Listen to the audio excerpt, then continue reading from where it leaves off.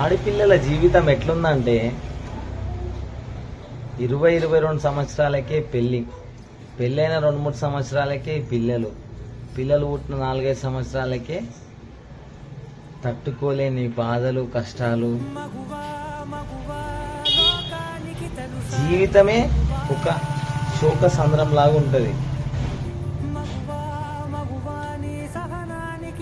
కట్టుకున్న భర్త మంచోడైతే సంతోషంగా ఉంటుంది, అదే చెడ్డోడైతే